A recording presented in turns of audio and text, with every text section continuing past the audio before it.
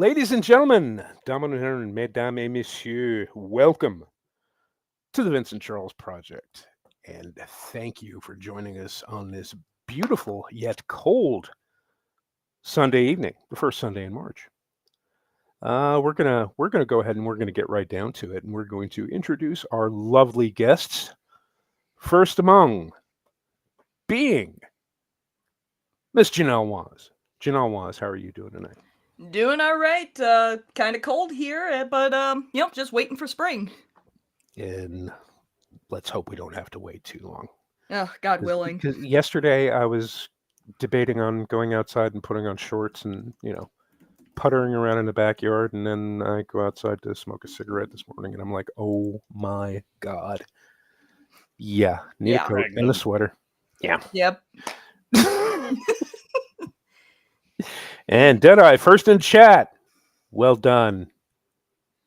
Good evening, sir. Yeah, the chat will play an integral part of the broadcast this evening. But we'll hold off on that. My other guest tonight, Mr. Ordnance Packard. Ordy, how are you doing, Present.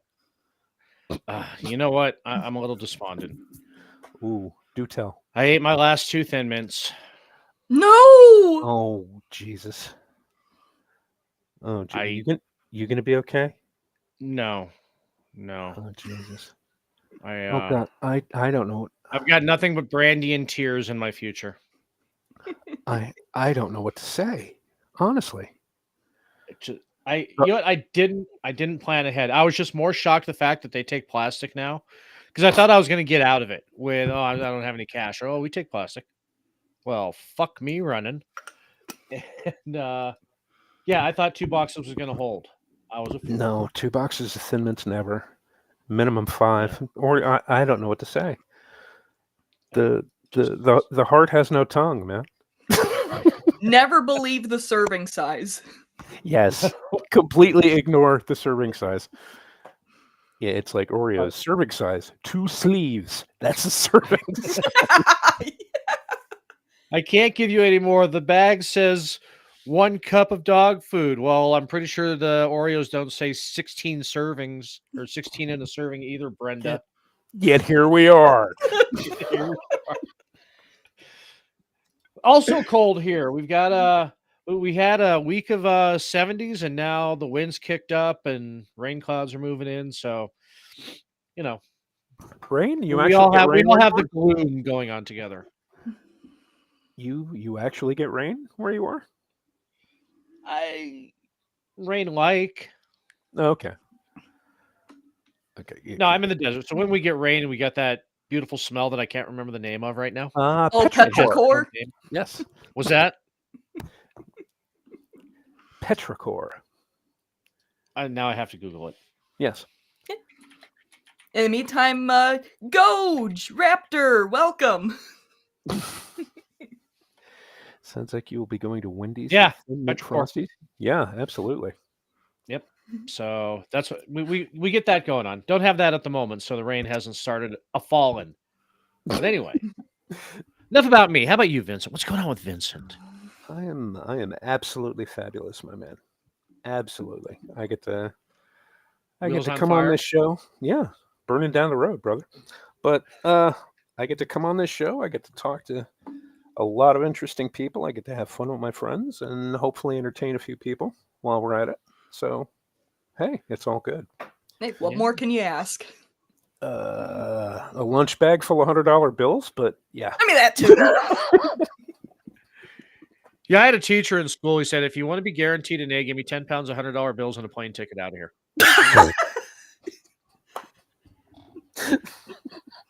I appreciate the honesty. Yeah, right. Which is more than you can expect from a lot of teachers now. No, exactly. He's not a guy. I wasn't about to lie to some kids.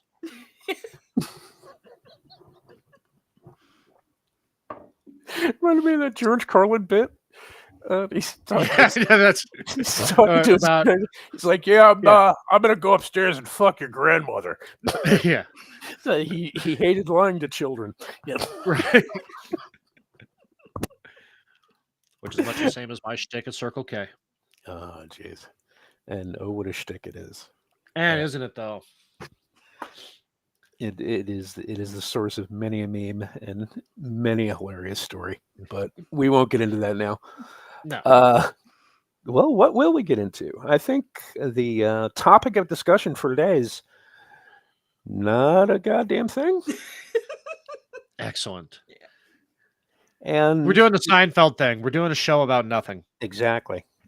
What's the and deal? taking questions from the chat. Yes. What's And the deal with Rick. Star Trek? Sorry. Star Trek. Yeah. Trek is what the Enterprise goes on. Track is what a train rolls on. Shut up. That is one movie. Through the stars. That is one movie I haven't asked you if you've seen yet, and I need to ask you: have you ever seen a film called Free Enterprise? No, I think I remember you mentioning it to me. Yeah, you need to. Enterprise movie. Because I remember there's an actor. Well, he was an actor now, and then he was a sportscaster, and then he's just like a political pundit reporter now. Rafer Weigel, and we follow each other on Twitter. Oh, and it's funny. It is. If you're a Trek fan, 90% of this movie will click with you. You'll the be like, chick oh from Too Close for Comfort's in there. Yeah. Wow. Which one? Deborah Van Valkenburg. Ooh. She was the brunette that didn't have boobs. I'm just upset that Jim J. Bullock isn't in it, but yeah. He was too busy being the center square. Yes, we went deep on that one. But I've got to show that. Yeah, giggity. But yeah, what were we going to talk? We were going to talk about absolutely nothing, and we were going to field questions from the chat if they decide to ask some. But let me tell you a little bit about what it is I do when we do podcasts. And Orty knows this, but I'm going to go ahead and tell everybody else. When I do a podcast, either mine or when I guest for somebody else, I put a film on in the background. Just like I keep the volume on low. It's something in the background. Like when you're doing housework, you'll play music or you'll put something on YouTube or on the television or something. But right now I'm watching the 54 version of Godzilla, the actual one, not the one with Raymond Burr. Ooh. And nice. I'm sitting here and I'm looking at this, and I remember going on YouTube a couple of days ago. A lot of people make like Godzilla fan films. They'll do either stop motion with action figures, or they'll do regular animation or something through the computer. And I was thinking, about, or they'll have a big budget one like Cloverfield. Yeah, the less said about that, the better. Haven't seen it. Yeah, good. Don't. Good. No. Where that sentence works in my favor. Yes, absolutely. And I'm thinking of all these, ideas, like people, they make fan films that go like, ooh, what if Godzilla fought Gamera? What if Godzilla fought this guy? What if Godzilla fought that guy? And I'm sitting here thinking of fan films I could make myself. It's like, what if Godzilla took on Bob from accounting? That would be a movie I would pay cashy money to see. Seriously. Godzilla versus the IRS. Exactly.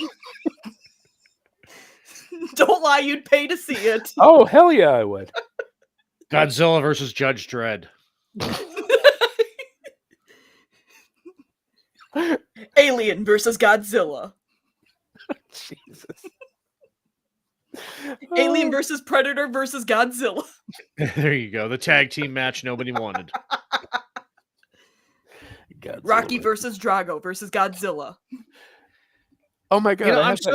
I have that photo somewhere in my phone among the 16,000 photographs. It's Rocky fighting the alien, the xenomorph alien. No. And it's a cut from Rocky 4, when he's given Drago that uppercut, then he starts coming back and he's hitting the alien. I gotta find it and I'll send it to you. Oh man. Godzilla versus Carol Channing. Oh Jesus. Godzilla versus Noel Coward. Yes. Godzilla versus Vincent Price.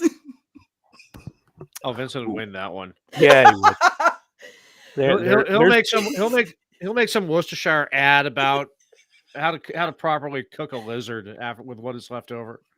It turns out Godzilla stepped on his souffle and he got super pissed. Absolutely. I mean, he's As summoned the one devil does. or something like that. Godzilla Kojira versus just Ben Stein. Stein. And then he's gonna make a meatloaf Wellington out of radioactive meat. See, and now that just put kaiju, kaiju.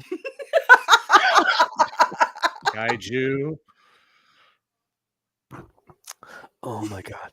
Oh shit. Kevin. Oh my god, that's on the big screen. Godzilla versus Charles and Riley. Oh my god. Nice. Godzilla versus Liberace. Jeez. And the thing is, I have all of these gifs of all of these people that are being brought up, and I don't know how to drop them into the thing and do video for this. God, I need to learn this. Godzilla versus Paul Atreides. Oh, it's got. When they do This was called the big one. Yeah. Again, but, that would actually work if they did the David Lynch weirding way instead of just the space kung fu. Yeah, from the book. Yeah, that would be amazing. Just start screaming at Godzilla. My name is a killing word. I'm sorry, that was Muad'Dib as played by Charlton Heston. We will kill until no Harkonnen breathes out of clean air. Bruce Campbell is Paul Muad'Dib?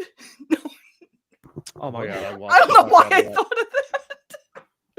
Oh my god! No, I think Bruce Campbell would make a better Duke Leto. I think. Oh no! Well, I think he would have made a better Emperor Hasadin the Fourth. Yeah. Replace Sting with Bruce Campbell. Oh god! That's Play Shawnee with Bruce Campbell. That I'd watch. We all would. Don't lie. I'm disappointed because back when we were doing the Aliens versus the AVP books were so much better than the schlock they gave us as movies. Oh my god! Yeah, definitely. Even the Aliens books, and they had all that EU to expand from, and they gave us 4 and 3. Yeah. Well, no. All right, you're gonna, and probably most of the audience will disagree with me. And Dave's on. Dave, it's getting a bit late where you are, brother. Dave is in Ireland. Yet he's staying up to listen to me. I love you, brother. Truly. Excellent. But as I was saying, I'm doing the math. GMT minus 8. Oh, it's 11. Yeah, it's getting close to bedtime. But I was going to say the audience is going to disagree with me because a lot of people disagree with me on this. But after they do what I say, they come back to me and they go, "Wow, you were right." If you watch the assembly cut of Alien 3, it is the best Alien movie. Seriously. The assembly cut recorded. No, dude, you need to find it. You can find it. You can find it on disc if you can. It's on the Blu-ray. I know that, but I don't have a Blu-ray for it. But I do have a director's edition. It came out of that Alien Quadrilogy set they put out some years ago, and it had the assembly cut on there. Watch it because it is absolutely amazing. It is nothing like the theatrical release. They cut out so much and changed so many things. It was absolutely insane. And Andrew, see, Dave. If you don't agree with me, agree with Dave, because he's a Dave that I know, and +1 if you get that reference. So I'd have to give money to the crappy Alien 3 in order to see the assembly cut. Yes, you do. And the question is if it's worth it. Yes, it is absolutely worth it. And I mean, as bad as Alien 3 was, Alien 4 was much worse. Oh dear God. I watched both versions of that, both the theatrical and the director's cut, where they left a lot more of Joss Whedon's screenplay in the director's cut. Yeah, the less said about him, the better. But yeah, it didn't work. It didn't work at all. I mean, the ending was nice. I mean, because as most of you know, I have French blood, and seeing what Paris looks like in 2300, yeah, I got a laugh. I got a big laugh. But no wonder David Fincher disowned the movie based on the theatrical cut. Yes, he did. Then I heard people talking about Alien Romulus, which I'm assuming is not about the Romulans. No, nor is it about the founding of Rome either. I was very disappointed. Damn it! Yeah. No wolves, teats being suckled at? No brother named Remus. No. It's absolute bullshit. No Ron Perlman as a weird alien. Oh, Jesus. Ron Perlman. Or Tom Hardy. I am surprised. It seems like every show the three of us are on together, we end up talking about a movie that has Brad Dourif in it. I mean... 6 Degrees of Brad Dourif. He was in Miss 3. Yes, he was. Yes, he was. And he was crazy. That's standard operating mode. He was crazy and crazy in grief, and he also can pummel you with a mallet. Ooh, color me intrigued. So and then I think I got hit by Brad Dourif with a mallet. I think the one ending is if you don't imprison him and you leave, he comes out of the linking book, knocks you out, and you just see him running to attack the regular guy, and that's the last thing you see. Oh Jesus! No, just imagine that. Now I gotta find this game and play it. God damn it! Mystery's pretty good. It also pretty doable too. If you have soft hints, it's doable. The first just game. Sent me a picture on Discord of Godzilla versus Jean-Claude Van Damme. Do they dance? Oh no! I had a photo of Christmas. I did Godzilla versus Mariah Carey. I gotta find that one. Godzilla versus the Grinch. Yes. Actually, we have Grok. We could be making images of all this. Yes, we could. Well, yeah, that's yeah. And Gojira kind of hit the nail on the head. Just an interesting idea with androids turn into nightmare fuel. Yeah, that whole thing with Ian Holm. Yeah, that not only was the CGI horrible, it was it was an interesting premise, and the first half hour of the film does a really good job of world building. And I don't want to say it's a horrible movie, but just watch it once, and that's all you need to see. But yeah, that's my opinion. Not a lot of rewatchability, you're saying? Oh no, none at all. And they already greenlit a sequel, and yeah, of course they did. I'm like, of course they did. So wait, Goj, you're saying Aliens Romulus was bad? Because I heard from a couple people that they liked it, but I'm not invested in the Aliens franchise at all. Yeah, but you see those are the same people that like Terminator Genesis. Oh, yeah. Okay. I heard that. I was going to say, yeah. Milhouse likes Vaseline on toast. Yeah. Nobody likes Milhouse. That's good tea. You ever meet that little wiener Milhouse? You got the dud! Stand up for yourself, Poindexter. Oh, we're franchise hopping like a motherfucker. Oh, yeah. Oh, Jesus. All right, y'all. No, go ahead. No, I was going to say, talking about bad movies. I've got to, my favorite bad movie. I've actually got to find it. I'm sure it's somewhere on streaming. Megaforce. It's probably on Tubi. No, Megaforce. It's fun. You know, Yes. you can find a bad movie, and it can be the absolute most horrible thing you've ever seen put to celluloid. But as long as it engages you, and as long as you laugh and have fun watching it, it's not bad. No, it's a guilty pleasure. Exactly.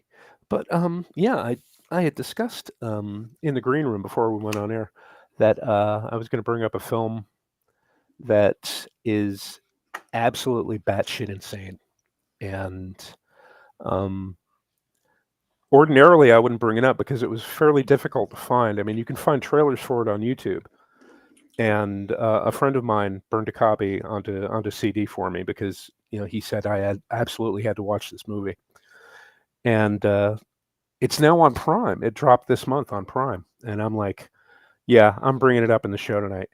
So if you're on your computer or your cell phone, telephone, I want you to type up a little gem called Tiptoes. And I hear those keys clacking. 2002? Yes. Gary Oldman, Peter Yes. Dinklage, Kate Beckinsale, Matthew McConaughey. Yes. Patricia Arquette. Yes. Let's see. You can watch the preview if you want, but well, yeah, go ahead and watch the preview. Because the less I say about this, the better. Because after you watch the preview, you're gonna be like, "You son of a bitch! Why? Why?" All right, IMDb, don't fail me now. What the hell? Seriously, this is the most insane movie you will watch. I am. Ugh.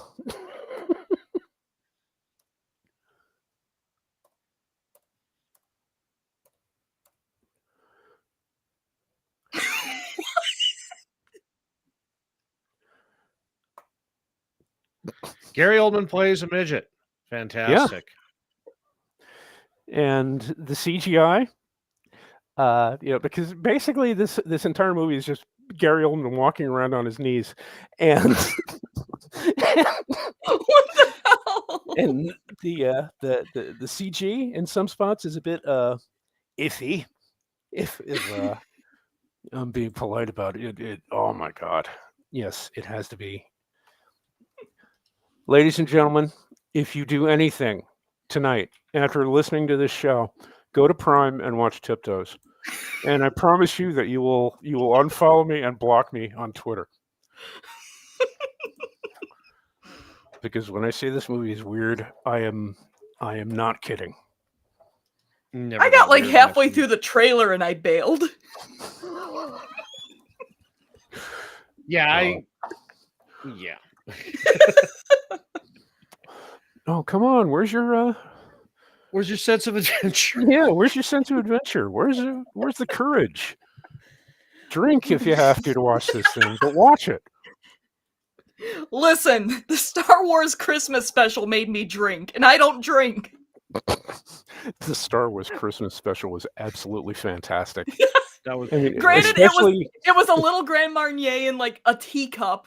No, I don't think it was even that. I think it was amaretto, and like a little bit, but still, it made me drink.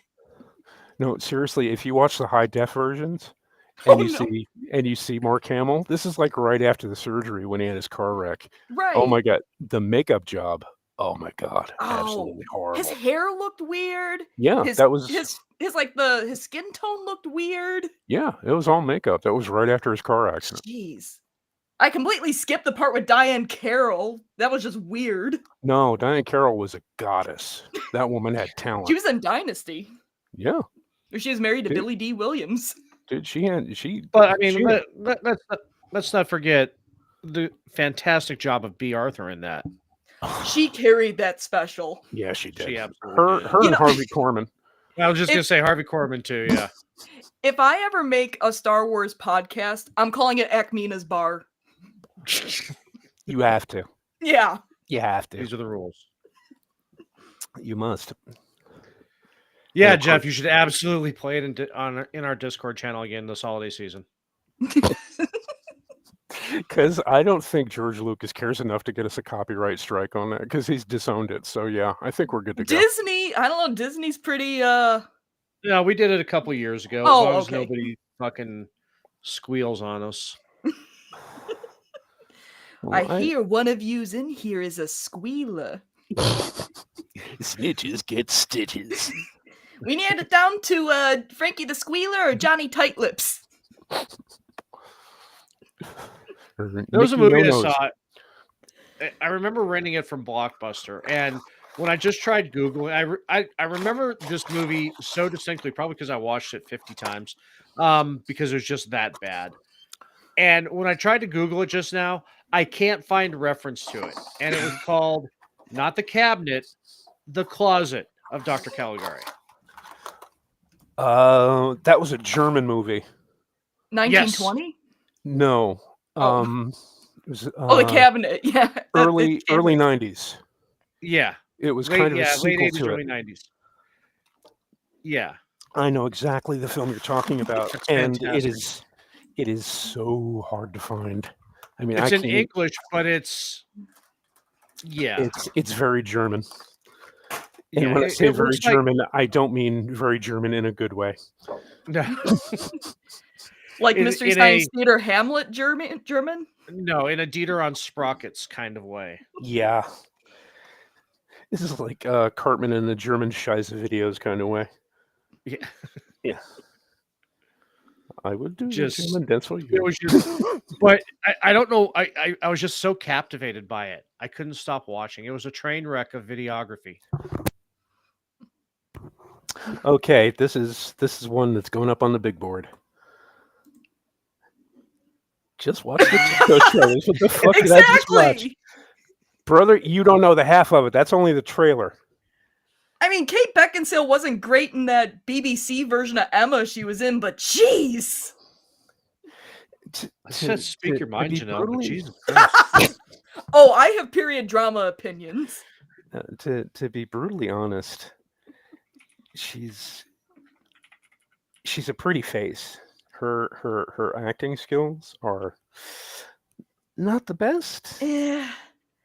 She did this love scene with Mark Strong in Emma, and this is forever burned into my head. It's not her fault, it was the writing. But he goes to her and like he just proposed, and he's like, "I held you in my arms when you were 3 weeks old." He can't even say it with a straight face. Oof. It's like, holy crap, dude. Yeah, Janelle and I are going to do a podcast where we MST3K period dramas. Yes, do that. Do it. I want a riff. I want a riff of Wuthering Heights. Damn it. I've said for a while, like if I had the budget, audience, and time, I would totally do a Mystery Science Theater show based on period dramas. And we call it like Wazterpiece Theater, but yeah, Coach, we should. Because even the good ones, I can find something to. Where can I crowdfund this? Seriously, we got to set up a GoFundMe. Oh man. Oh Jesus. And that's the thing, though. She does a scene with Mark Strong. Yeah. And he kind of has anger issues throughout that entire production. I'm not gay, but I'd be kind of flattered if Mark Strong kind of said that shit to me. He's a handsome man. He is a damn handsome man. You would have accepted Willem Dafoe's offer to dinner. Exactly. And I would have had dinner with Willem Dafoe, too. Fascinating. Yes. You know how much I sacrificed for this dinner? There was a firefight in the kitchen.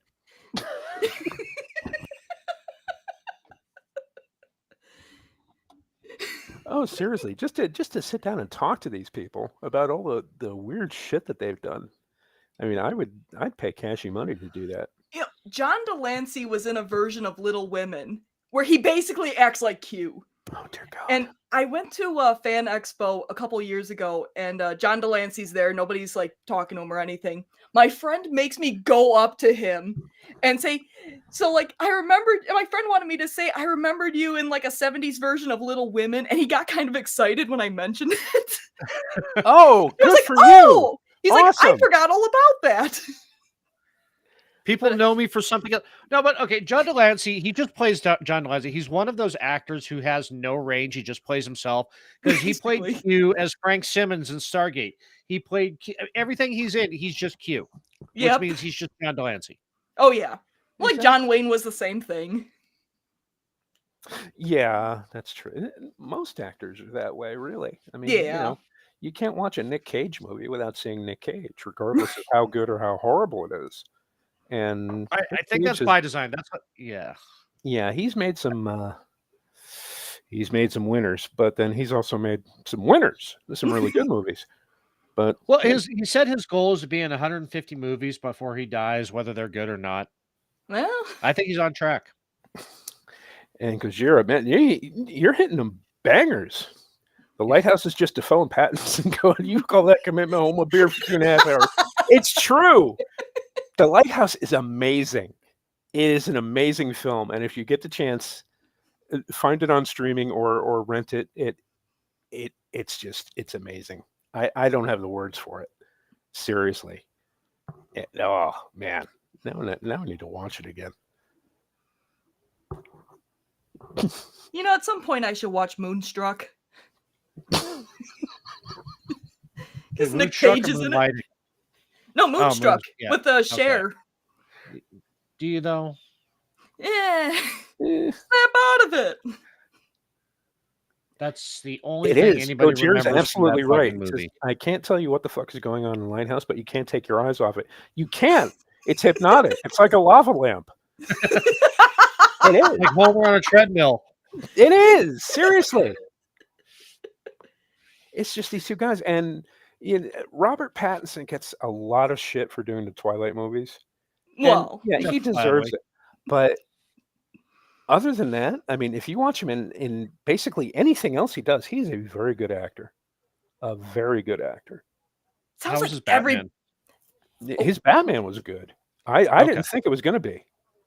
It sounds like everybody who was in Twilight regrets being in Twilight. Well, they became a meme. All of them. Every single one of them just became a meme. Yeah. Yep. Oh, did you see the meme? It was, Twilight and Bella saying to Edward, like, oh, your skin is white. You're ice cold, and it's kind of going on a list. I know what you are, and it's Data from Star Trek. Jesus. Now I gotta find that one. Oh, if I can find it, hang on. Now he's gonna play Data from Star Trek.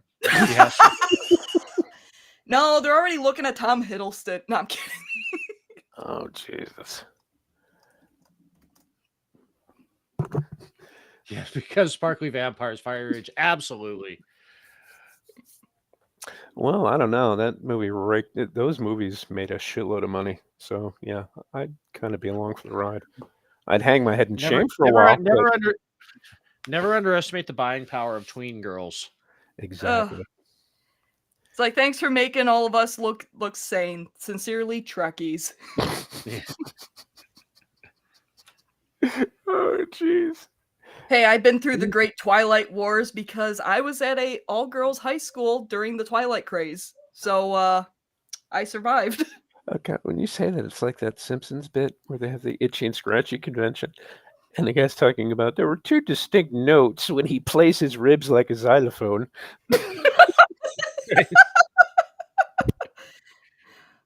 Well, a wizard did it.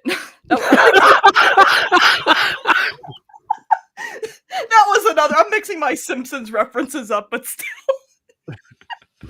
Are you Team Emperor or I am Team Silver? It kills both of them. I am Team Blade, goddammit. Oh, jeez. Look at what the Potter movies made. Yeah, and oh, I can. Oh, there it is. I just found the meme.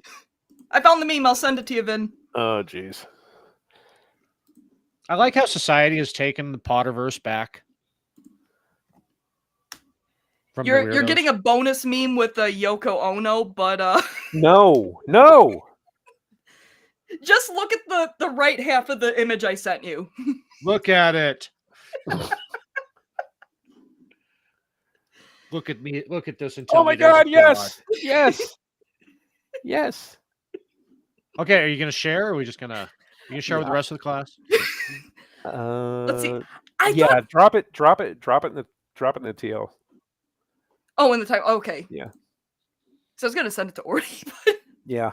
or try to send it to Orty. No, everybody needs to see this.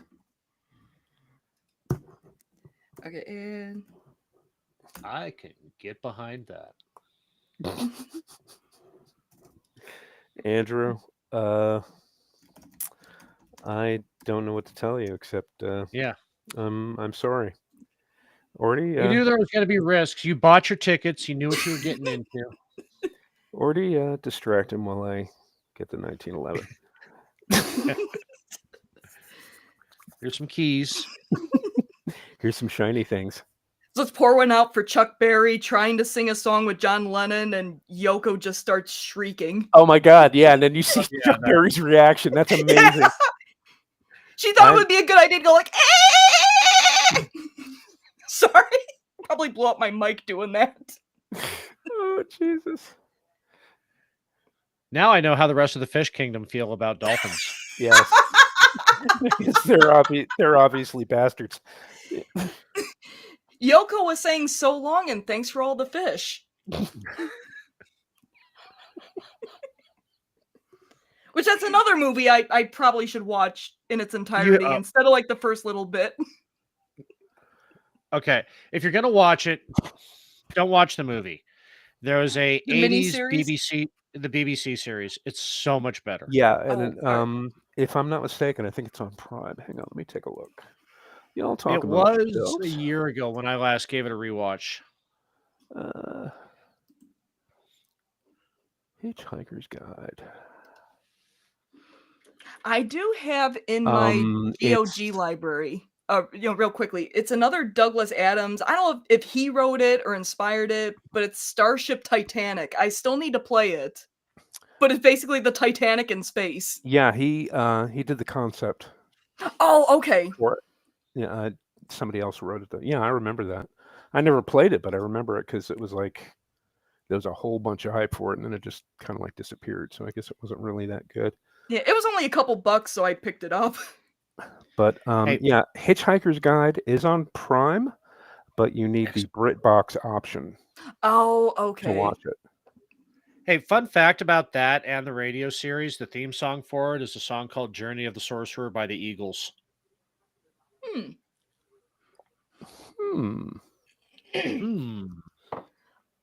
Oh God, is Yoko a dolphin in human disguise studying humans for the mice? Yes. whatever the options are. Yes. Yeah. Let's go with that. Now these are the kinds of questions from chat I can get behind. Yes. Come on, chat. Come on, don't let us down. Throw some questions out there. Anything you want to know.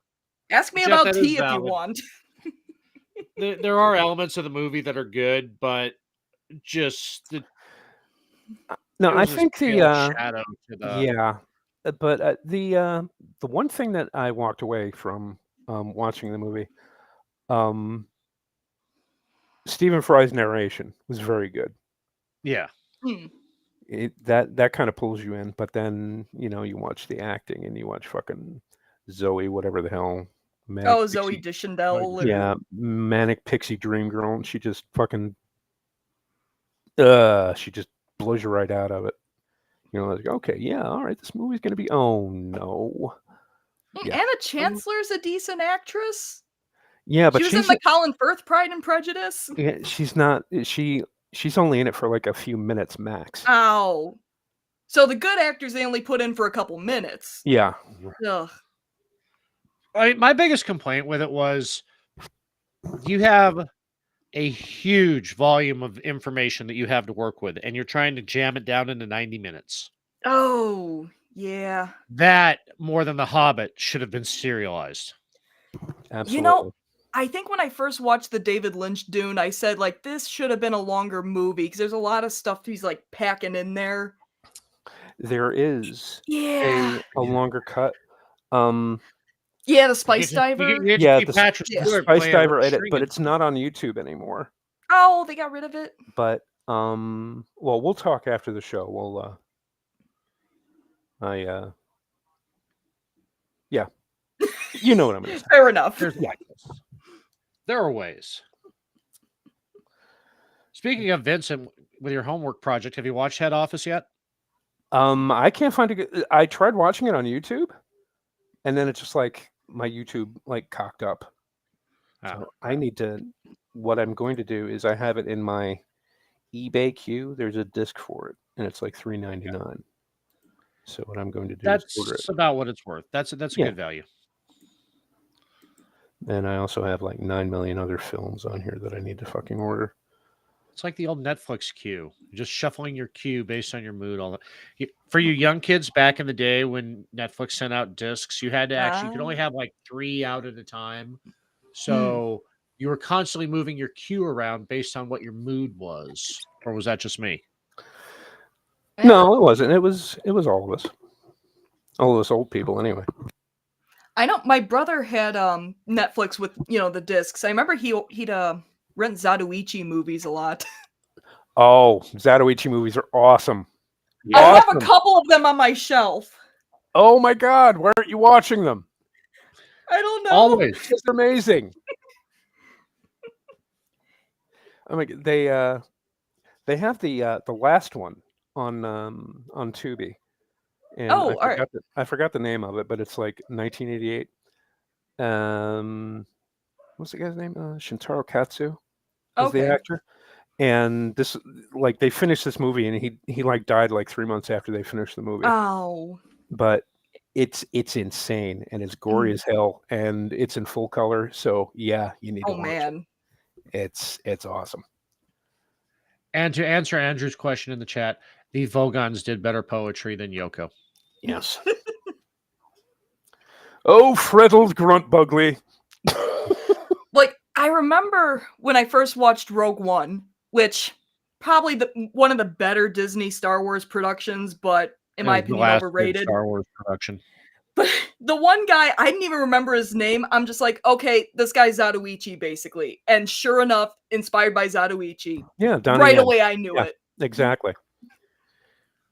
And that was an overrated film. I'm sorry. I know people love it, but I'll take the expanded universe version of stealing the Death Star plans. Yeah. That inspiration probably saved it because the original Star Wars movies were a direct ripoff of Kurosawa. Exactly. Yeah, The Hidden Fortress, especially. Yeah.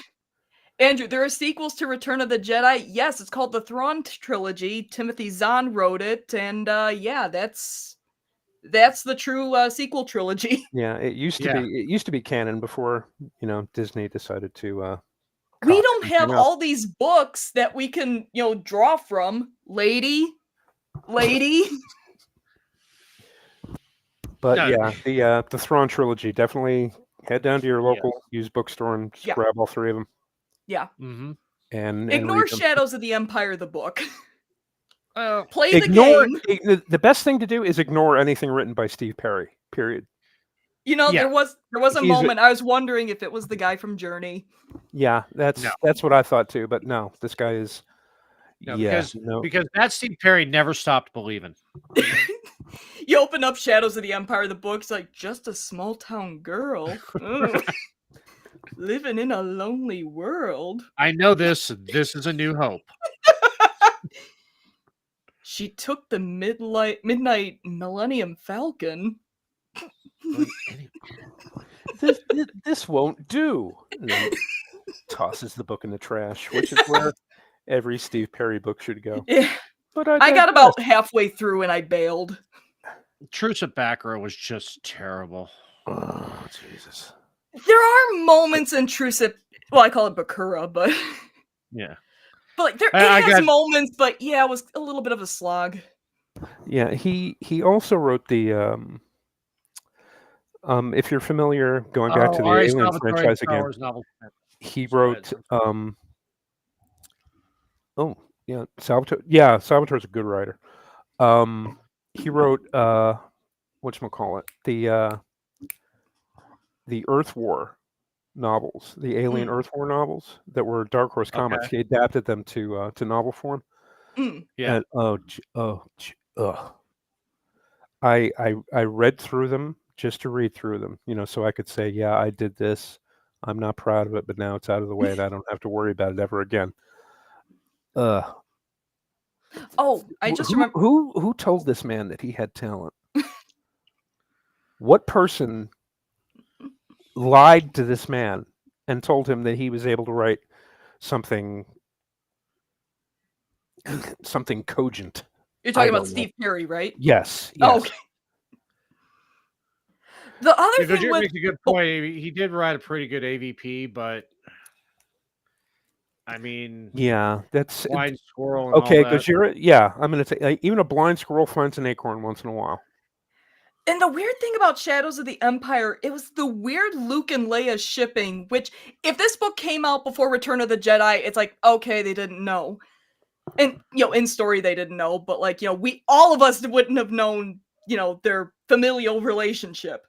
The problem is it was written after Return of the Jedi. We all know they're brother and sister, twins even, and it just feels so weird.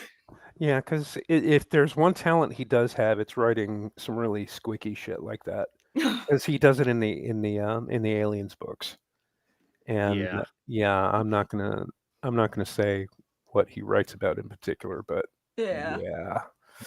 I'm just anyway. Saying, there should have been one line where Leia's talking to 3PO saying, "I don't know, I kissed Luke, but it was like I was kissing my brother or something." Ew. Just one line. And now I have to shower. Yeah. You can get better fanfic on Reddit. No. 50 Shades of Grey was a better love story. Yeah. Jesus. Speak your mind, Orty, but Jesus.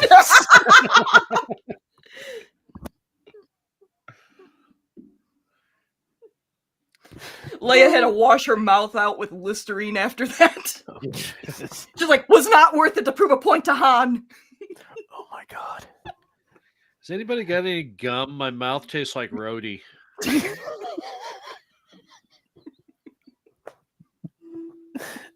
Tic Tacs? Banaka? Anyone?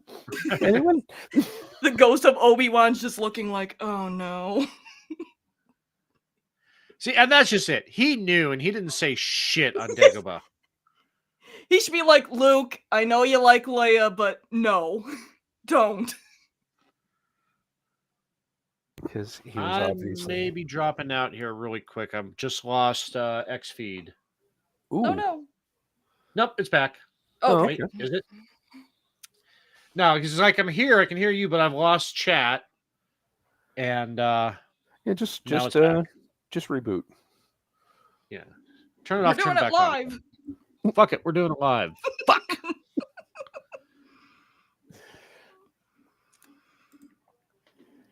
Yeah, talk about Bill O'Reilly. I mentioned it today in some random thread. Did you ever read his Killing Patton book?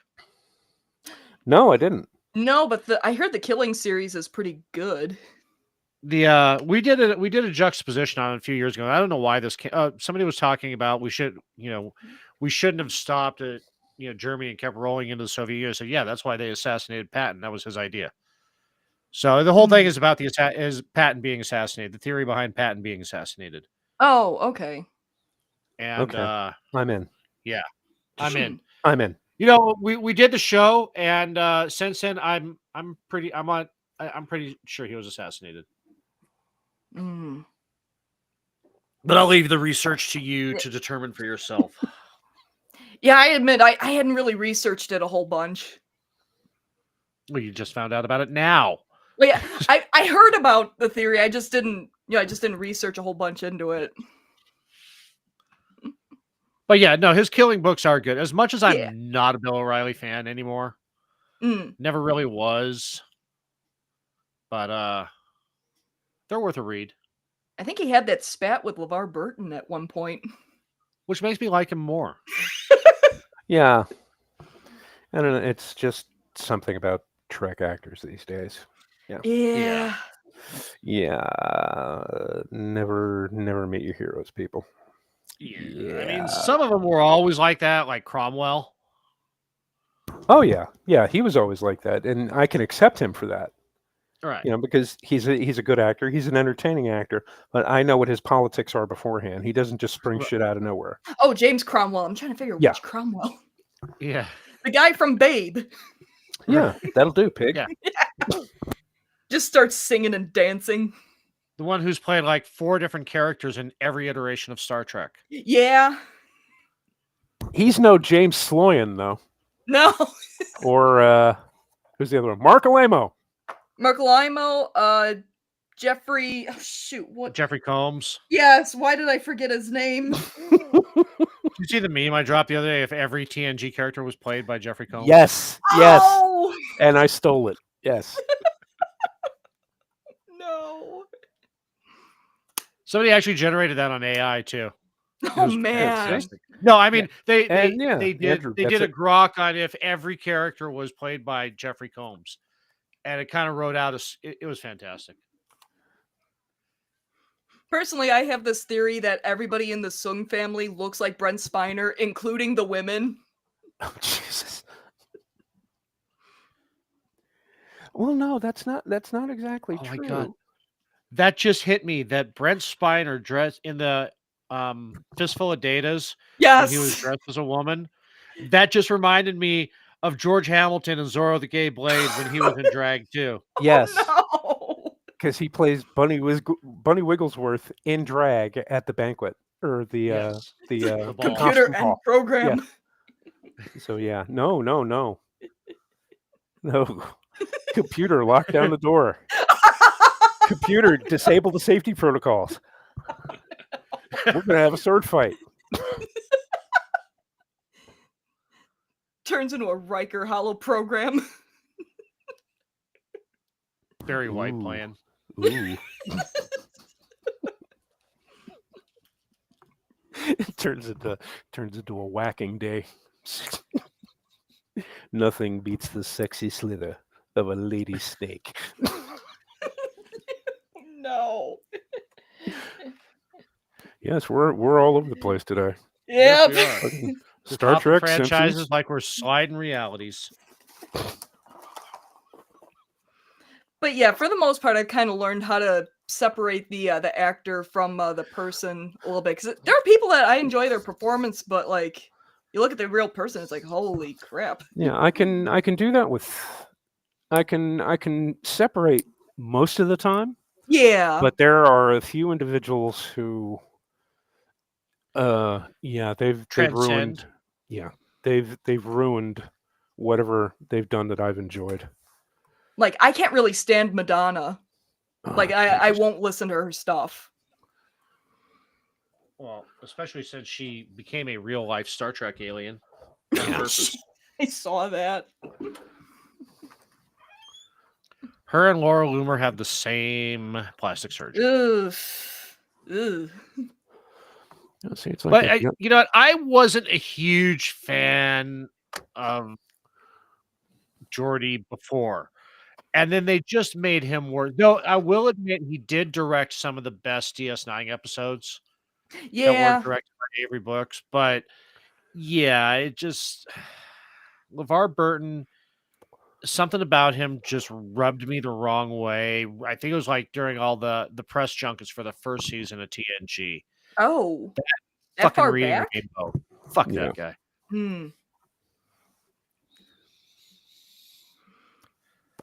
Yeah, I mean, first it was like, why is Kunta Kinte wearing a visor? And then yeah.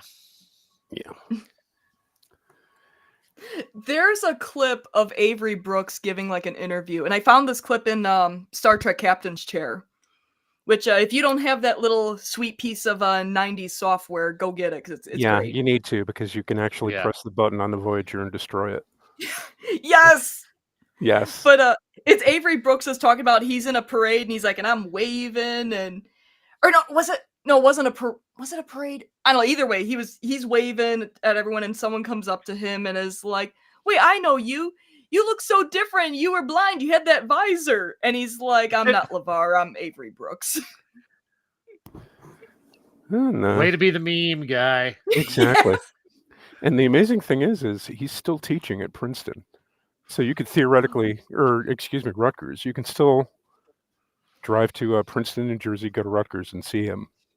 I would while he's totally teaching take a an class. acting class from Avery Brooks just to get yelled at by him. He's a professor of music and music theory. Oh, I'd still take a class from him. I'd go in a minute. But see, the thing is, though, you guys, most of you people out there remember him as Captain Sisko. Me and Orty are old enough to remember him as a man called Hawk. Yeah. And A Man Called Hawk is on Tubi. And they canceled it after one season because they said it was one of the most violent shows on television. And it was. Yep. It was absolutely amazing. Because it was a spin-off character. Because back in the mid-'80s, there was a detective show called Spencer for Hire. That was it, yeah. And it was based off the books by Robert B. Parker, which everybody should read because they're amazing. And Hawk was his occasional sidekick, and he was basically a leg breaker, but he had done like 8 years in the Foreign Legion, and he'd been all over the world doing all kinds of stuff. And they gave him his own show because it turns out he was the most popular character on the show. And they gave him his own show, and they canceled it after one season. But yeah, it's on Tubi. Watch it. It's amazing. Oh my god! And the thing is, though, he's like all pimped out. He's wearing these pimp clothes and stuff. Not pimp like Huggy Bear, but like like these amazing suits, like full length leather trench coats. Yeah. And when he shot at somebody, I mean, he actually pulls out like a fucking 357 Python with an 8-inch barrel, and I'm like, how the hell do you conceal that thing? And then I remember it's television and it's chrome plated, and it's amazing. That is like the most pimptacular of personal weapons. It's you just reminded me though. I have the Starsky and Hutch game for GameCube, and the only guy they got for it to return was Huggy Bear. Okay, do you want to know? There's an interesting fact because I just saw this the other day. There's a French detective show called Sharif, and it's about an Arab cop in the city of Lyon, and he's big into pop culture. I mean, 70s stuff. He's got a poster of Bullet on his office wall, and he has the Starsky and Hutch car on his desk, which somebody steals, and he goes batshit insane. But before he died, Antonio Fargas played Huggy Bear in that episode because Sharif gets a concussion and he can talk to Huggy Bear. Oh man! And it's awesome because he's dubbed into French, but he's giving the lines in English. Oh man! And you can see his lips. You know what he's saying, and if you turn on subtitles, you can like do it. Because I'm conversational in French, but you watch his lips moving, and you're like, oh, yeah, okay, yeah, it's pretty close. It's a pretty close approximation. Yeah.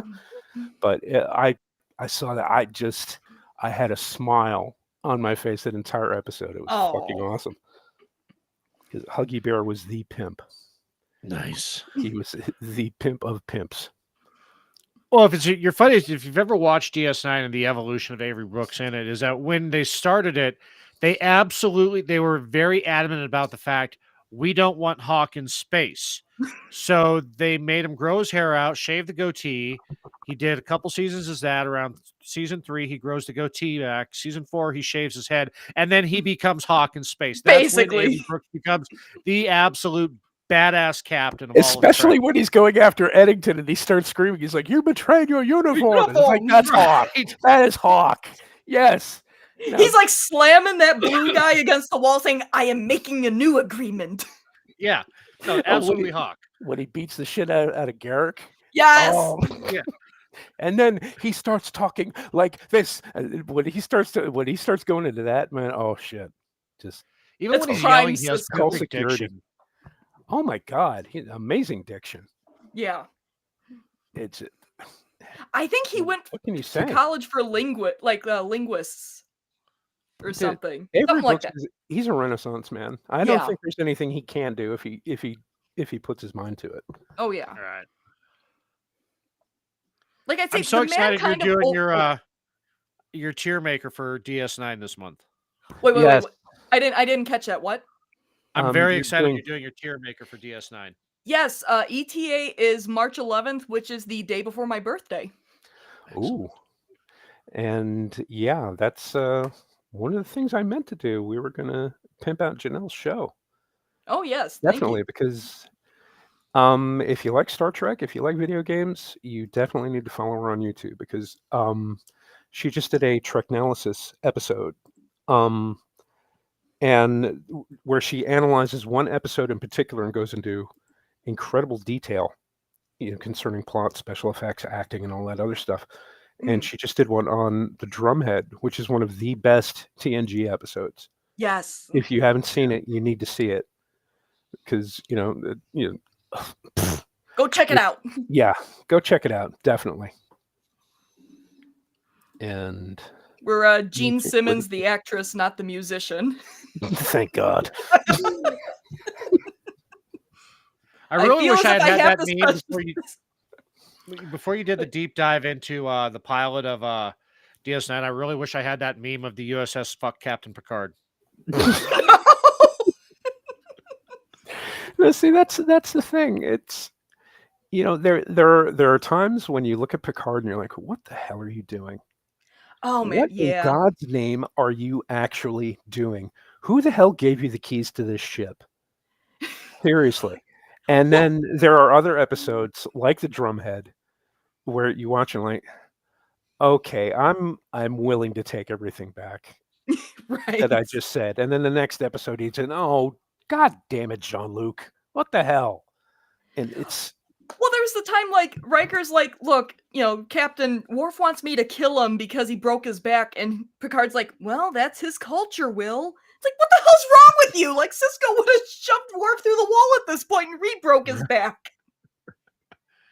I'll give you a broken back. You haven't had it's like, if you're gonna keep crying, I'm gonna give you something to cry about. My absolute proof that that Mandela effects are real is that I don't recall any time when TNG was televised during first run, Picard having a fucking worry stone. That little bit of crystal that he's always rubbing in the ready room whenever he's, agonizing over some decision. There's 34 episodes where he has it, apparently. Wait, explain. A worry stone. You know what a worry stone is, right? No. Okay, so that's when it's a distraction. It's like you'll have a stone in your hand, you kind of just rub it while you're thinking through heavy problems. People are trying to quit smoking, they put rubber bands around their wrist, and when they feel the urge, they snap the rubber band. Oh, okay. That kind of thing. Yeah. Okay, yeah. Yeah, so I guess he has his books, I guess. Well, no, there's some like crystal shard he picked up from somewhere. Oh. That you'll see him holding it whenever he's agonizing about a decision.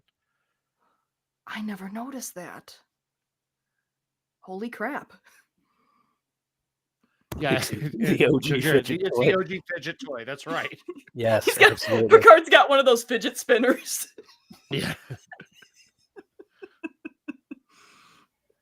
Yeah, that's a good point, Jeff. How did McLeod keep a samurai sword hidden in his trench coat? Magic with a K. Yeah. TV magic. It's like Doug Henning. Magic. And then the rainbow shows up. I tell you, big criticism I had of Jedi Fallen Order because, I wanted the game for Christmas. Everyone raved about it. So I was like, okay, I'll give it a try.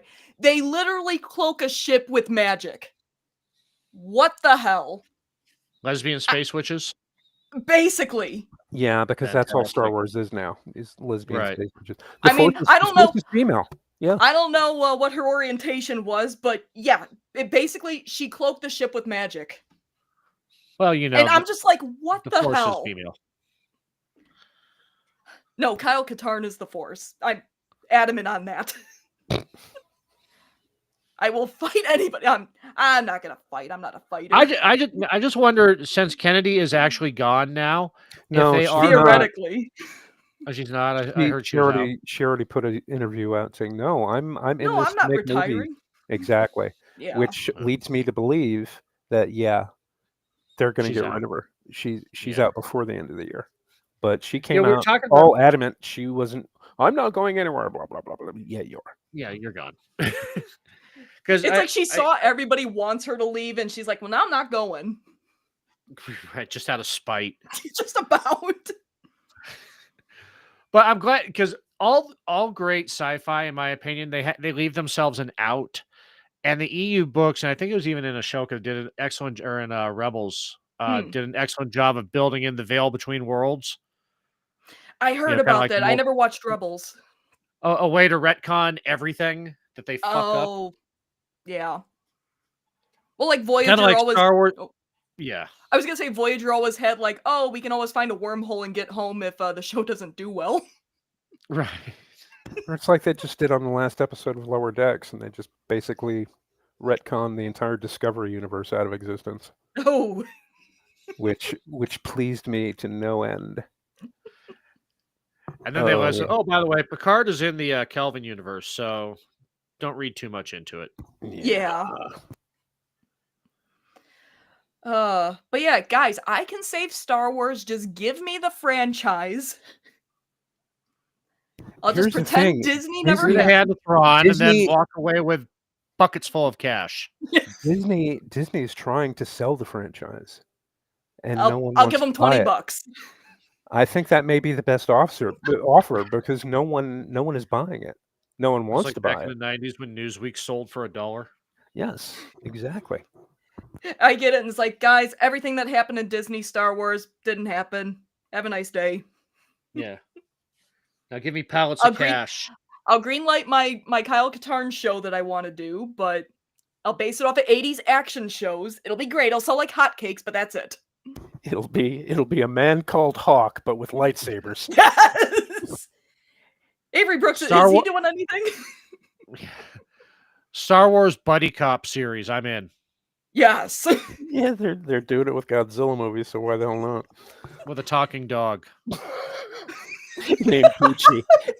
Puccini. Just give him shifty eyes. Cram it with walnuts, Pally. Now I'm going over to Emmett's Fix-It shop to fix Emmett.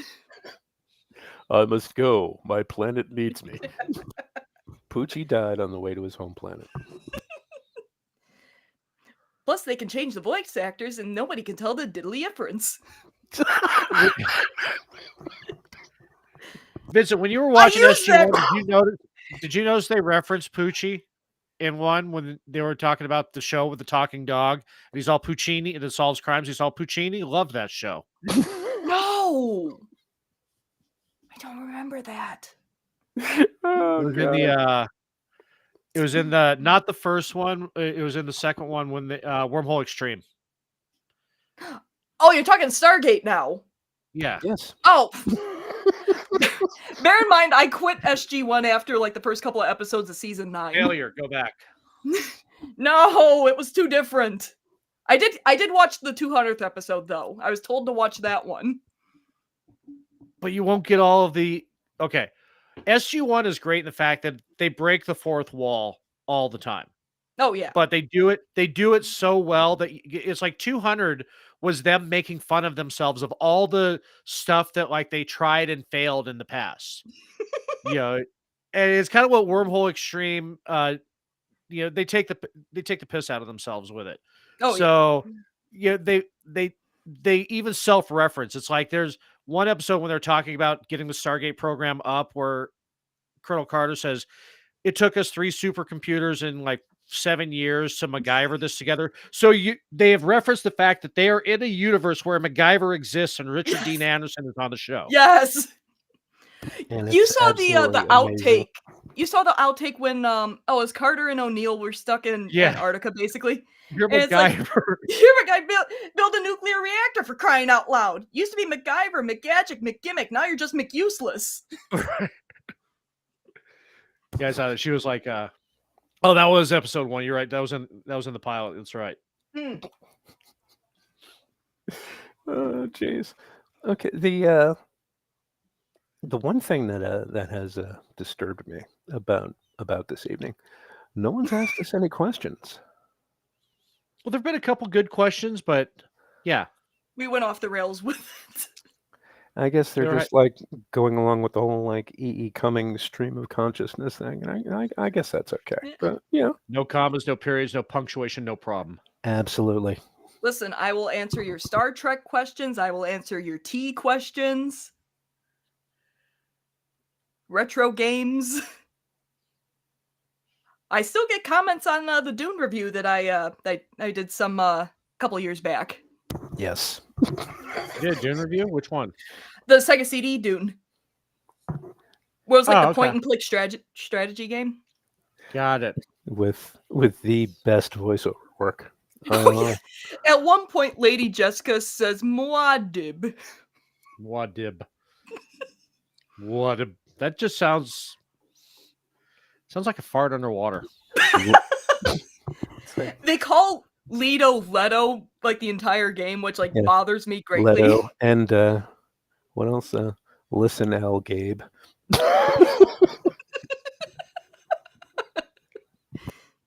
And Gurney just looks terrifying. Jeff, God. African or European? Well, what? Jeff asked in the chat, what's the airspeed velocity of an unladen swallow? African or European? Or is he holding it between his dorsal guiding feathers? So, okay. Andrew, your question, how much acid did Lewis Carroll drop before writing Alice in Wonderland? One, it was cocaine, and two, and probably a little laudanum, and two, all of it. All of it.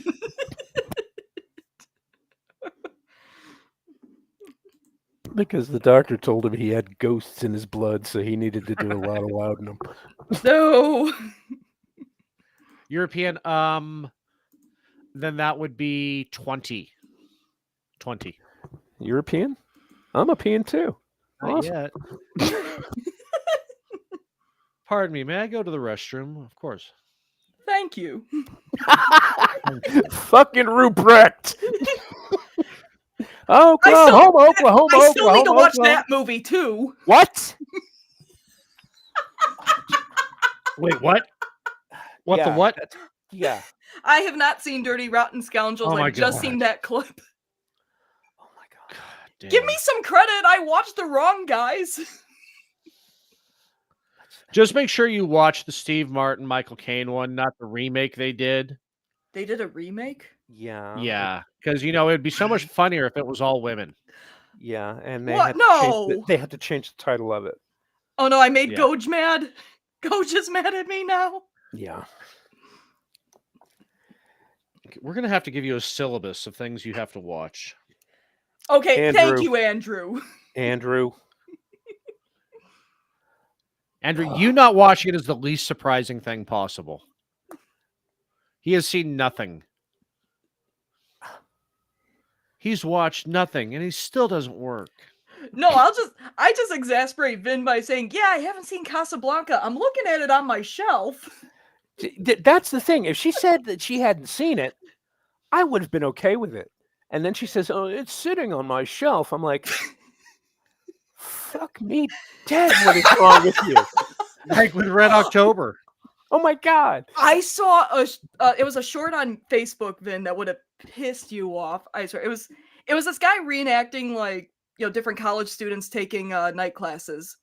And it was a film student saying, why do we gotta watch Casablanca? That it's such a boring movie. It's pointless. It's not relevant anymore. I'm like, shut up. God. I was getting pissed at this guy. It is first 10 minutes of that movie. I'm like, this is better than everything that's come out in the last 10 years. It is the perfect film. Period. And that's all I'm going to say about it. Is the perfect film. No. I will fight you, Orty. Apparently, this is something that can only be solved by fighting with knives. So, fight me for the soul of America, you thieving shit. I await your convenience, sir. I have watched Real Genius. Okay. Well, that's the one with the popcorn, right? Yeah. Yes. That's what you got out of the movie? That's all I've seen of the movie. Oh my God. You don't do the catchphrase. It's a moral imperative. Yes. Oh, in the words of Socrates, I drank what? Yes, also that. You gotta understand, these are like clips that my brother and sister showed me, and we're like, "Oh, you gotta see this real quick clip. It's funny," and that's how I know half these clips. Okay, well, Yes. Now to what? Now to fill in the gaps. I did watch Hunt for Red October when you guys told me to. no, see, And it that's was the thing. good. That's the thing. We shouldn't have to tell you. If you own a film and it's sitting on your shelf, watch it. I mean, I got the Scorpion King on my shelf too. Don't watch it. Don't watch that. I need to get the PS2 game of that game though, just because it looks horrendous. Oh my god. Just like the movie. Yeah, but I get to play a game. Well, that's true. Yeah. Is Hudson Hawk worth watching by any chance? Oh my! Absolutely. Yes. Hudson Hawk is quite possibly the 4th greatest film ever made. Truly underappreciated. It is. It is the most underrated comedy of the last 40 years. It is the Vincent van Gogh of movies. Yes. Not appreciated in its time, and after Bruce Willis is dead, everybody's gonna say, "I've been watching Hudson Hawk for years. I think it's fantastic." Exactly. And I'm going to say, you lying son of a bitch. I'm just laughing now. I'm just like looking at my DVD shelf. It's like, oh, what else could I mention to piss everyone off? You have to watch Hudson Hawk. Okay, it's on my shelf.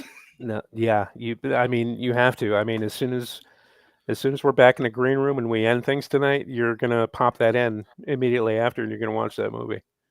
She probably doesn't even know that Major Lennox paid with his life. Is that from Sharp? Yes. I haven't seen Sharp, but I've seen Vin mention it enough on Twitter. He will command a battalion of detachments. He will fetch and carry. Good Will Hunting, is that worth watching? No. No. Okay.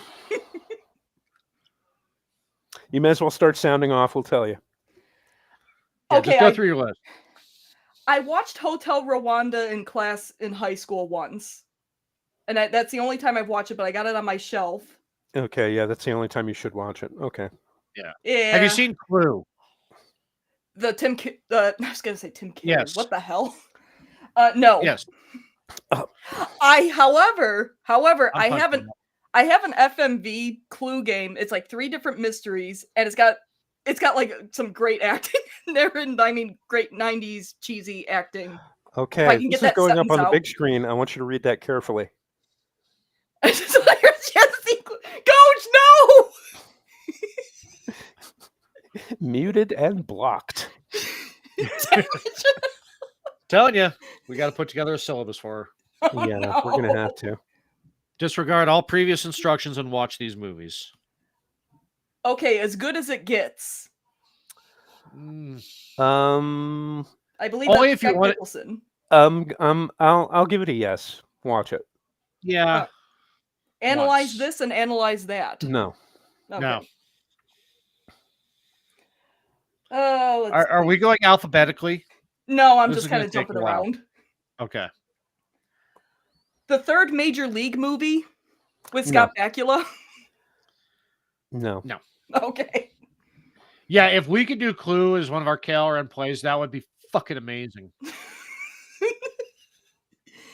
Coach said you drink lawn clippings and you haven't seen Clue. Hey, Sencha is great, Goj, okay? We can always change the names.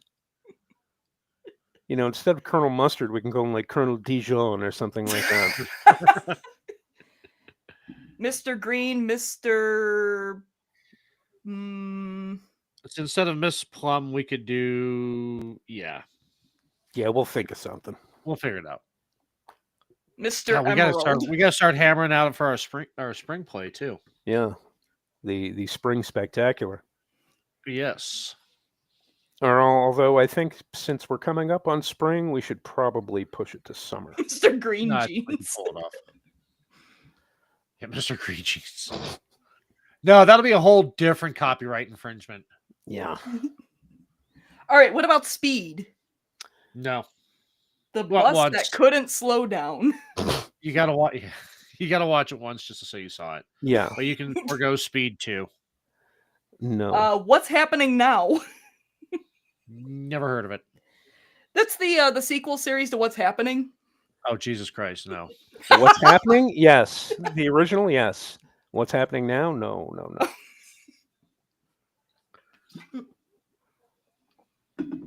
Let's see. I still can't believe you haven't seen Clue. Madeline Kahn's finest performance not in History of the World Part 1. Yes. And don't even talk to me about Blazing Saddles. She was much better as Princess Nympho or Queen Nympho in History of the World Part 1. Yes, absolutely.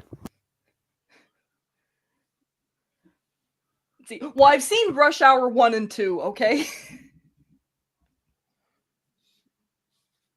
Let's see. What else is on? Those are movies. Yes. They're on my shelf and I have seen them. Pirates of the Caribbean, No. I've seen part of it. Okay. Here's what we're gonna do. Yeah, Go's got it. Flames on the side of my face.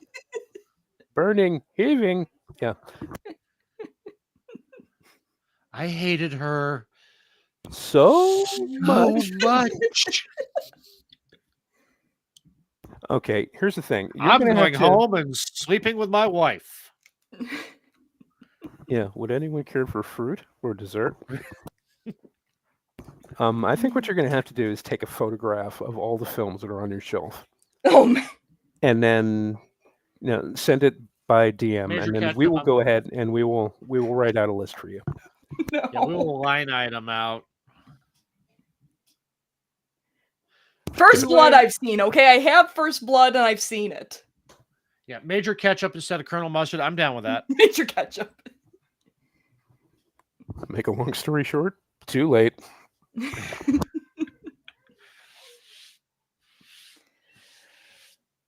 I keep forgetting Christopher Lloyd was in that. That was just such an unmemorable performance for him. Okay, who else was in Clue? Oh, a bunch of people. Lee Ving, the front singer from Fear, was Mr. Body. Yes. And to this day, no one still knows who dubbed his voice over it. Michael McKean? Yeah, Michael McKean was in Howard it. Hessman. Howard Hessman, Martin Mull, Colleen Camp, her of the heaving bosoms.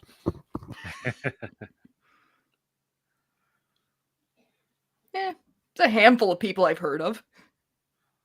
There's only like 10 characters. Yeah, it doesn't look very big, the cast list. Not a very big cast, but Jane and it Wheatland. doesn't need to be because it's the game Clue. The brilliant thing about that, I mean, I know you can get most of them on I think on the DVD it has all of the endings on it. But when it was theatrical released, depending on the time in the theater you were at, you would get a different ending. Yeah, I heard. So do they have an official ending then, or it's just whatever you pick? No, all three of them are canon. Oh, okay. Yeah. Yeah, Jane Wheatland, the guitar player for the Go-Go's, the singing telegram girl. Mm-hmm. Who else? That one fellow, the taxi driver. I can't remember his name. Okay. Brad Dourif and everything. Drinking the juice of Safu while driving a cab. Okay. Gojira, you're right. I forgot about that. When I was talking about Christopher Lloyd, yes. Yeah. Get off me. How one gets in that position. Yes.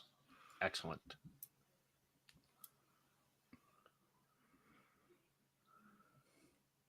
Airport 77. No, haven't seen Spinal Tap.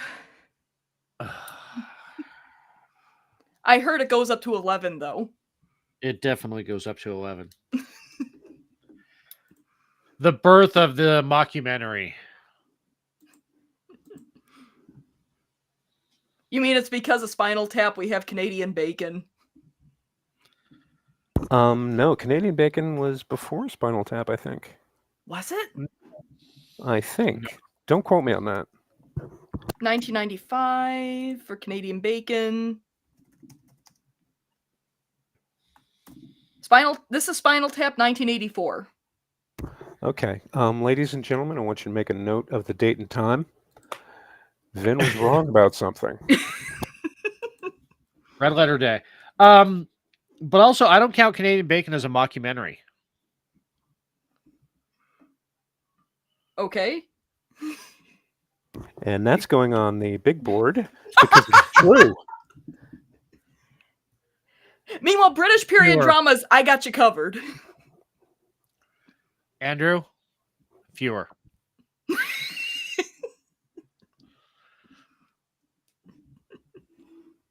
We are all about proper grammar and diction on this show. Okay. Remember, but why is Canadian Bacon not a mockumentary then? Okay, because a mockumentary would be in the style of Spinal Tap, where it's actually trying to be a documentary like Best in Show. I've heard Best in Show. Yeah, Best in Show, Waiting for Guffman. Yeah. That was the dog show, right? Best in Show, yeah. And Okay. Waiting for Guffman was the about the amateur theatrical company. It was Eugene Levy. Yeah. Or Levi, or however you say his name. Levy. It's Levy? Oh, okay. Yeah, because he was always the last one introduced in the old SCTV episodes. And Eugene Levy. Yeah. My mom was watching Armed and Dangerous a while ago, and I probably should watch that one too. Which one? Armed and Dangerous. Oh. John Candy. Oh, yeah. They're security guards. Yeah. The original Paul Blart. I suppose it is. I seen Paul Blart. That is not an endorsement. Oh my God. What? Why are you the way you are? I like predictability. What can I say? Oh, jeez. Repetition is my forte. Spies Like Us. Oh, I guarantee she hasn't seen that. And that is cinematic. I'm gonna Google it. If you have to Google it, you've never seen it. No, and I know. Well, Dan Aykroyd. Oh, and Donna Dixon. You know what else? You know what else she hasn't seen? I bet she hasn't seen. She hasn't seen Dr. Detroit. Oh my God, that's fantastic. Another of HBO's overplays. Yeah, we were talking in the green room before. I know we've talked about it before. Back in the early days of HBO, when they would only have a dozen movies at a time, a couple dozen movies, and everything was on 2-3 times a day. You got to know those movies intimately. Oh, very intimately. Goj, I have not seen Fletch. Jesus Christ. Okay. There's a whole genre that you would just have this blank space in, Janelle. Oh, yeah. Janelle, why have you come to my planet? Really? I think the one time, like, my mom started talking to me about Easy Money, and I was like, well, I never seen it. And she's like, oh, we're watching it. So, yes, I have seen Easy Money. Okay. Rodney Dangerfield. Oh, yeah, we got so far with a fish called Wanda. No. Have you seen that? No. Oh, my God. Oh. God, even Andrew has seen Fletch.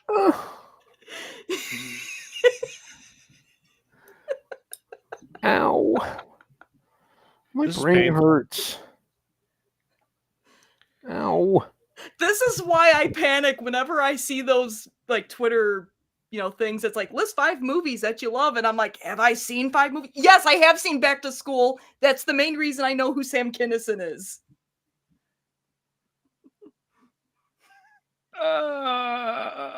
These words are painful. Violence. She's seen Back to School, but I bet she doesn't even know who Oingo Boingo is. Yeah, it's Danny Elfman composed the theme to The Simpsons and every what's his face movie. Tim Burton. Yeah. Let's see. There's a difference between Danny Elfman, the musician, and Danny Elfman, the composer. Oh. We prefer Danny Elfman, the musician. Well, yes.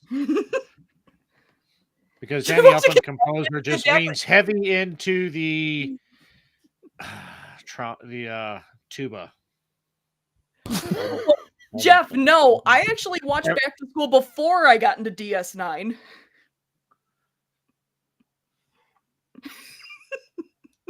I bet you didn't even know that Michael Bolton has a song in there. Remember Michael Bolton? I know of him. Yeah. He's got the hair. Yeah, back in his metal days. Yeah. That's right. That's right. He used to be a heavy metal singer before he turned into a crooner.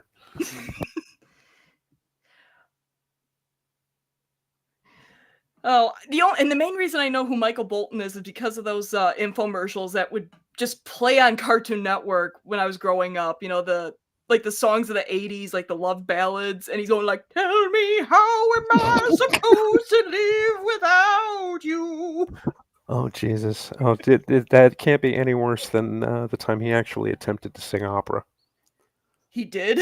Yeah. He didn't. He tried in The Nanny. I remember. No, he tried. Go on YouTube and look for Michael Bolton, Nessun Dorma. That might have been what he tried to sing in The Nanny. Yeah. Yeah, that wasn't memorable. See, we're throwing you pearls here. Okay.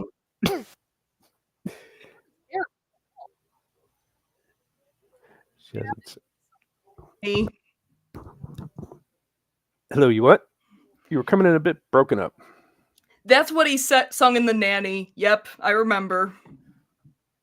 Because Mr. Sheffield took Fran out to this like Michael Bolton get together or something, and she's like, "Oh, he's so romantic," and didn't do it for me. He was also in all those stupid Honda commercials. Okay. Just like Joey Suzu. Wait, what? Yeah, but Joey Suzu was more entertaining. Especially in an airplane. Yeah. Trust me. The 80s. Good times. Yep. It was before my time, though. Yeah, you're a youngin'. Yeah. We're gonna learn you. We're gonna learn you good. Well, Jesus, I mean, 80s TV is pretty great, though. You know, you got the A-Team. Knight Rider was pretty good. Too Close for Comfort. Riptide, definitely Riptide. Oh, Star Trek: The Next Generation was in the 80s. Yeah. Yeah, but that was at the end of it. I was a senior in high school when that came out. Yeah. Okay, I gotta check something. Because if it's early Next Gen seasons, all the synthesizers in like the soundtrack. Oh god. Which is kind of hilarious. Okay, god damn it. I looked on Tubi to see if Riptide is on there, and it isn't, and I'm so disappointed. Damn it. We counted on you, Tubi. I know. You were the everything network. But they do have Hunter. They have TJ Hooker. Yes! And what else? Scrolling down. TJ Hooker is my favorite Shatner role. Spencer for Hire. But probably not Hawk. Oh, no, Hawk's out there. Yeah. No, they got a Man Called Hawk because that's in my queue. So the TJ Hooker, I thought Saturday Night Live did a great spoof of that when Shatner was on. It was also the one where he, lit up the dude at the Trek convention. Yes. Oh, with the Get a Life. Yeah, but in the TJ Hooker one is like they were laughing on how he always jumps on the hood of the car, And so he was on the hood of the car and then fell asleep because the guy wouldn't stop. And the guy ran out of gas, and then he wakes up and everybody's gone.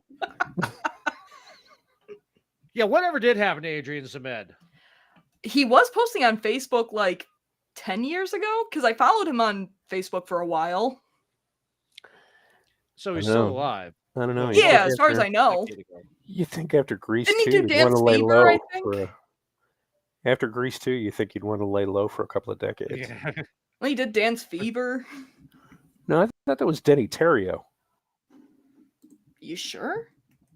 The TV show Dance Fever? Yeah, that was Denny Terrio. And I remember the big thing. Yeah, because he was the guy who taught John Travolta how to dance, apparently. Apparently from 1985, it was Zemed. Oh, was it? Yeah, he did for a couple of years. Okay, well, good for him. I knew that! None of that was Solid Gold, though. Oh, God, yeah. Solid Gold dancers were the Solid Gold dancers. So good, they were in The Running Man.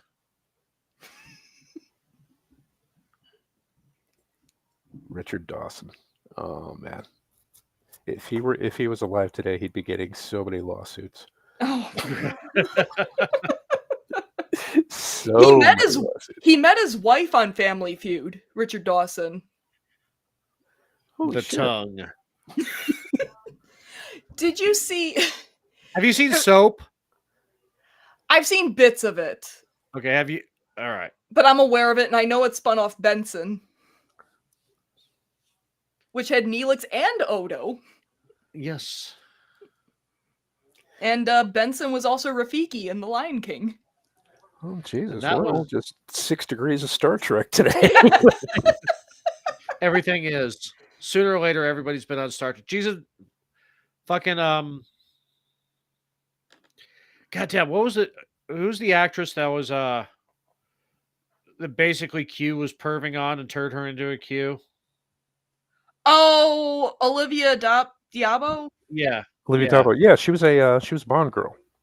Yeah. She was a Bond girl? Yeah, Living Daylights. Oh.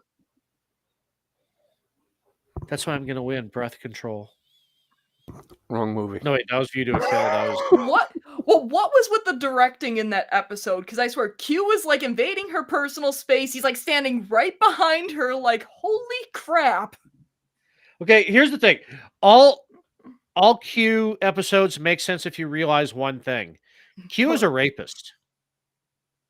Wait, how? Okay.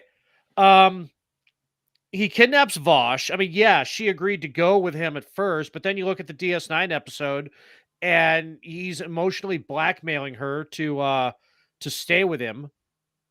Oh, hey, you don't want to come with me? Fine. Here's all these diseases you would have gotten in the Gamma Quadrant if you weren't with me. You know, just everything he's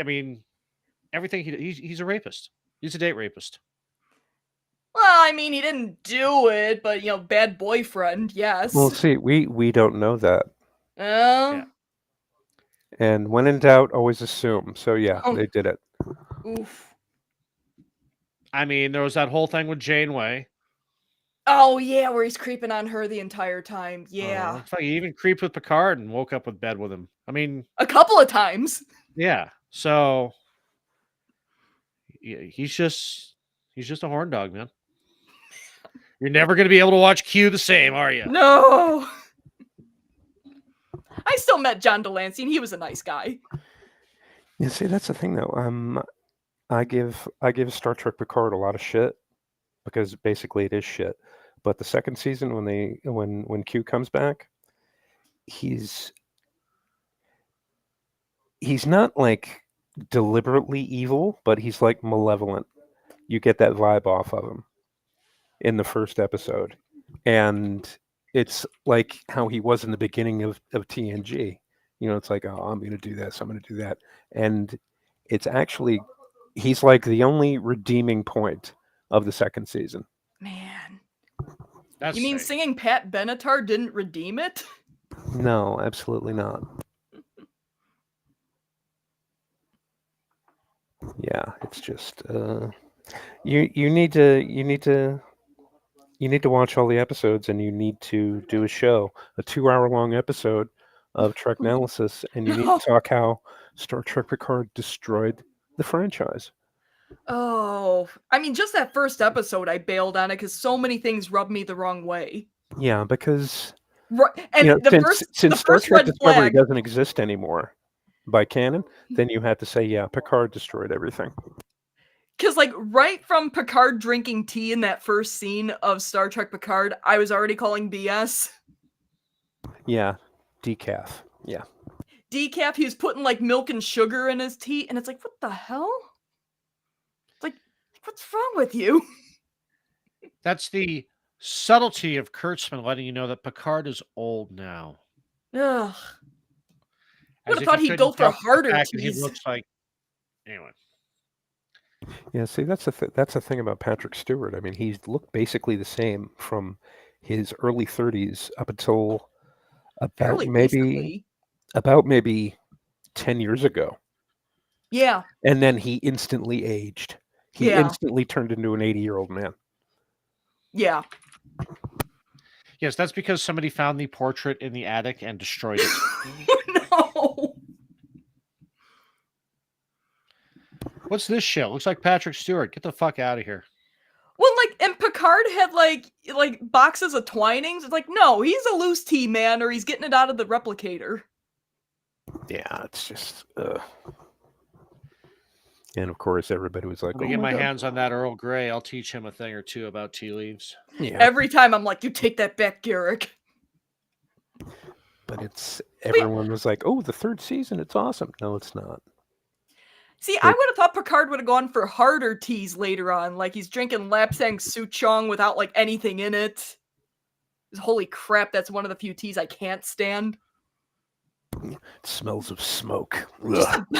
I couldn't get past the smell. Regret. It smells of smoke and regret, yes. They say it makes a pretty good marinade for meat, but no, I could completely ignore Lapsang because I can't deal with it. Chai's another one that jeez. Chai's another one that for many years I couldn't make my peace with it, and then it turns out you got to add a crap ton of milk. I mean, who puts milk in tea? Yeah, weirdos. Besides the English. Like she said, weirdos. Oh, that was in the Timothy Dalton Jane Eyre, where like she's like making tea for him. He's putting milk in his tea, and it's like, wuss. Like, you drink tea straight, mister. No, because your season 3 is just more of the same, except they added a lot more member berries. They went heavy on nostalgia because they knew that's what people wanted. Yeah. And okay, but there's a way to do nostalgia. It's like Mandalorian did member berries good. Yeah. And the way they did it would be like, because there were Kenner toys that like, the troop carrier, the Imperial troop carrier, that was just basically a thing to keep all your stormtroopers and your Imperial officers in, it was just, and they put that in one of the episodes of Mandalorian. And they made it into an actual vehicle. Yeah. And that was awesome. Yeah, but you're like, DiCaprio pointing at the TV. Yeah, but season 3 was just... Timothy Zahn did pretty good with the callbacks in the Thrawn trilogy, because you'd have like about a paragraph of like Leia, musing about like something that happened in Empire Strikes Back, and then it would snap back to the story and would continue forward, and you have the new characters that they're interacting with, and that's how you do it. And I've said it before, nostalgia should be a garnish, not a main course. Wait, what? Wait, what? I'm putting it on the big screen. Saying 3 is... Oh, no! Oh. Ouch! Oh. Ladies and gentlemen, that is the cleanest truth you will see tonight. Yeah, my brother... I guess my brother... Oh, wait, sorry. I'm sorry, Ordy. I was cutting you off. I said dark humor is like food. Not everybody everyone gets it. Yep.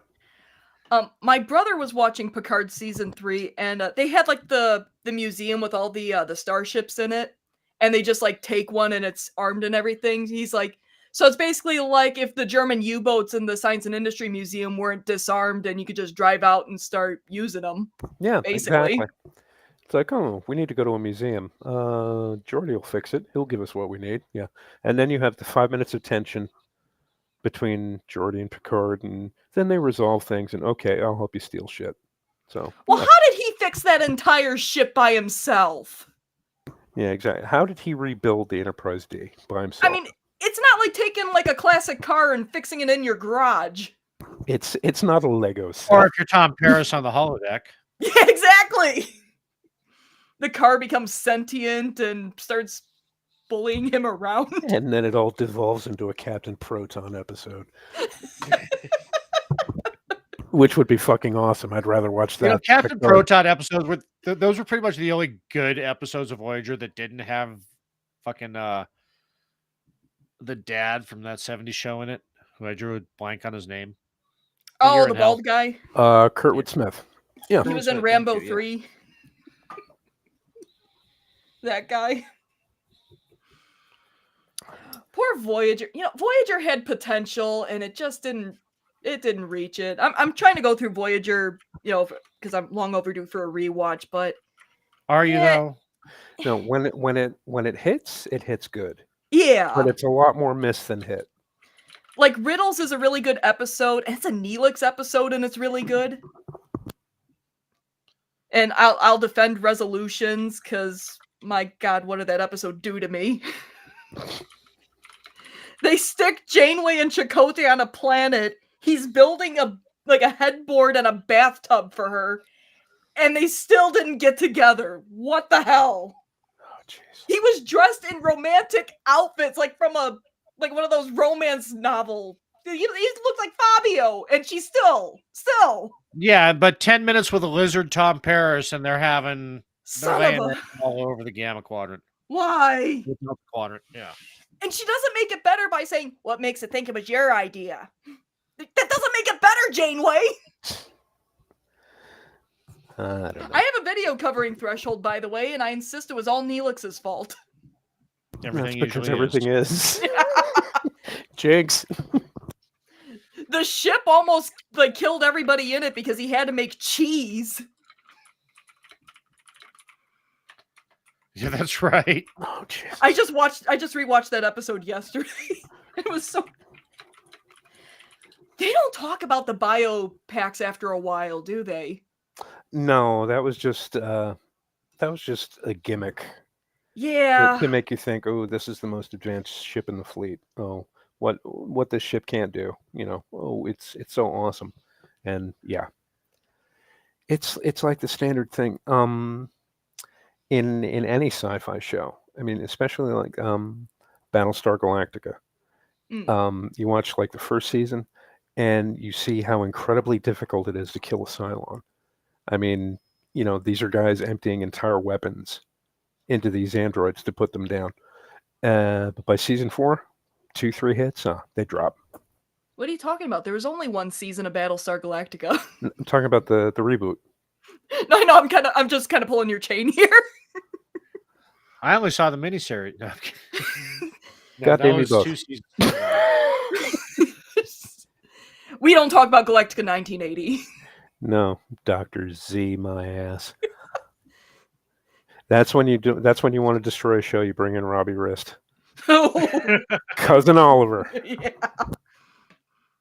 I live tweeted Galactica 1980 at one point. He was like the Ted McGinley of the 70s. Wait, Janelle, was it the G-rated bodice ripper of Voyager or Persuasion in Space if you prefer? No, Persuasion. If it was Persuasion in Space, that'd be Chakotay jerking Janeway around for like most of the book. Really? That's why Persuasion isn't my favorite Jane Austen book. It's basically Kieran Hines being mean to what's-her-face for like 2 hours. I just think it's awesome that you finally got his name right. No, I don't honestly get his name right. He was a consul of Rome. Consul of Rome. Hey, I don't know if you saw we posted. We're gonna start rapping soon. Yeah, Yeah. we're gonna go ahead and bring this. And look, Andrew said the same thing. Just like, I will fight you, Janelle. We're gonna bring this to a close. Yeah. Oh my God! Thank you both so much for coming on this evening. It's Absolutely. Oh yeah, it was fun. um Always fun on here. Janelle, tell us where we can find you. You can find me at Janelle Waz, Twitter, YouTube, especially on YouTube. I'm working on growing my channel. Instagram, if that's your thing. Yeah, and I talk Star Trek, video games, and whatever else I feel like talking about. Instagram, if that's how you choose to live your life. If that floats your boat. Most recent video, Vin talked about it earlier, was covering the Star Trek The Next Generation episode, The Drumhead, and it's a lot of fun. It's one of my top episodes. Awesome. And Orty, where can we find you? Yeah, present. Let's see. This week you can find me Tuesday night. I still haven't decided if I'm going to be, because KLRN's doing the we're going to be covering the address to Congress, and then but there's also Manorama at the same time. So I'll be on one of those two. Other than that, you can find me Wednesday night on Rick and Orty right here on X and KLRN Radio. Thursday night this week, you can find me on The Culture Shift with Brad Slager. And that's about it for the week. You can also still find me on Twitter as Ordnance Packard, which surprises nobody more than me. Yes. If you're not familiar, Orty has problems with the current management, but we won't get into that. And the past management. Yes, maybe it's a me thing. Yeah, they've got your number, brother. And if you meet an asshole in the morning, you meet an asshole. If you meet assholes all day long, you're the asshole. There you go. That's how it is. And as for myself, I do this show every other Sunday, except next week. We will be doing another 2-hour episode. We will be doing a Tolkien Fest. And Orty, I hope you'll be able to join us. I'm working on lining up some other guests, and we're going to talk about nothing but Tolkien, the creation myths, working all the way up through the Lord of the Rings, and we hope everybody is available to watch us. So I'll be putting out a possible guest list later this week, and as I said, you can find me here, and you can find me Tuesday nights at 10 p.m. Eastern on Manorama with Ranker Steve and occasionally Orty. So, yeah, well, it happens.